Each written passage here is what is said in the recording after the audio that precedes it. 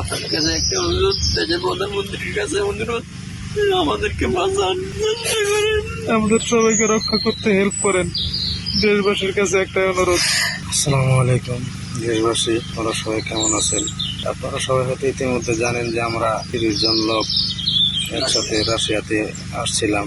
30 জন একসাথে আসার পরে আমাদেরকে আমাদের এজেন্সি 2 জন রাশিয়ানের হাতে উঠাই দিছিল। তারা আমাদেরকে কোনো আসার পরে কোনো ধরনের মোবাইলের মাধ্যমে কোনো হেল্প করে নাই, কোনো নেট দেয় নাই, ফোন নিয়ে নিয়েছিল। আমাদের কাছে কোনো নেট ছিল না।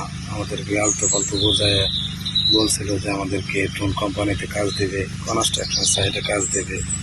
এই সমস্ত কথাবার্তা বলে আমাদেরকে মনে করেন যে যুদ্ধক্ষেত্রে পাঠিয়ে দিচ্ছে, আমাদেরকে বিক্রি করে দিচ্ছে। আপনারা হয়তো ইতিমধ্যে জানেন। এবং ওইখান থেকে আসার পরে আমাদের একটা ক্যাম্পে নিয়ে আসা হয় 30 জনকে। ওইখান থেকে 14 জনকে এক ক্যাম্পে পাঠানো হয়, আর আমাদের 16 জনকে আরেক ক্যাম্পে পাঠানো হয়। এখানে নিয়ে আসার পর আমাদেরকে 3 থেকে 4 দিন ট্রেনিং করানোর পর 5 জন 6 জন করে একদম ফ্রন্ট লাইনে পাঠানো হয়েছে যুদ্ধ করার জন্য। সেই ফ্রন্ট লাইনটা হচ্ছে বেসাবুল জঙ্গল। হ্যাঁ, সেখানে মাটির নিচে গ্রেনেড থাকে, মাইন পোতা থাকে, উপরে ড্রোন থাকে, আর আমাদেরকে ড্রোন দিয়ে কন্ট্রোল করা হয়।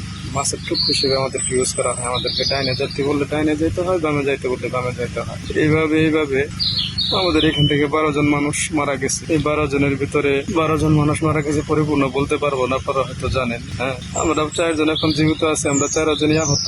এই যে মাইনুদ্দিন ভাই আমার সাথে, ওনার বাড়ি চাঁদপুরে, মাথায় ড্রোন হামলায় আহত হয়েছে। আমি বাম হাতে আহত হয়েছি।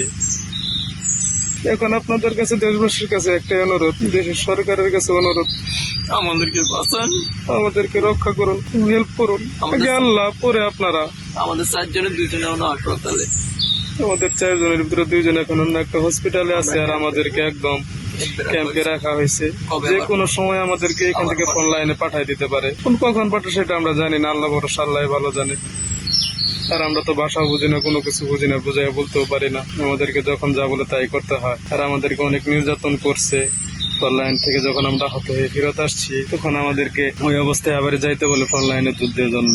এখন আমরা যাই না, এই বিধায় আমাদের মারধর করছে, মাটির নিচে ভাঙ্গার আটকে রাখছে 5 থেকে 6 দিন।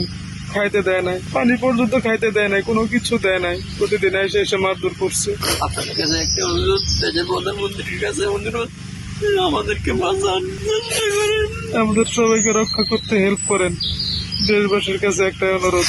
আর সবার বাড়িতে ছোট ছোট বাচ্চা আছে। আমার বাড়িতে একটা 5 মাসের বাচ্চা আছে। আমরা তো এই জীবন চাই নাই।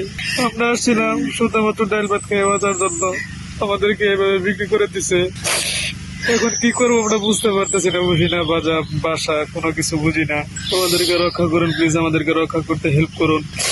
আপনাদের কাছে একটাই অনুরোধ, সকল স্তরের জনগণের কাছে একটাই অনুরোধ, আপনারা আমাদেরকে রক্ষা করতে হেল্প করুন। আমরা চাই দেশে যাই মরতে। আমরা মুসলিম। আমরা চাই আমাদের মৃত্যুর পর যেন জানাজা হয়। এইভাবে শিয়াল কুকুরের মতো আমরা মরতে চাই না। প্লিজ আমাদেরকে রক্ষা করতে হেল্প করুন। আপনাদের কাছে একটাই আহ্বান। আর আমরা ফোন চালাচ্ছি, এখানে লুকায় লুকায় একটা ফোন কিনছি হসপিটালে নেওয়ার পর। তারা এখানে জানে না যে আমাদের কাছে ফোন আছে। লুকায় লুকায় ব্যবহার করতেছি। আমরা দেশের থেকে যে মোবাইল গুলো আনছি, তারা সে মোবাইল গুলো নিয়ে নিছে। এখন পরে আল্লাহ, আল্লাহর পরে মানুষ।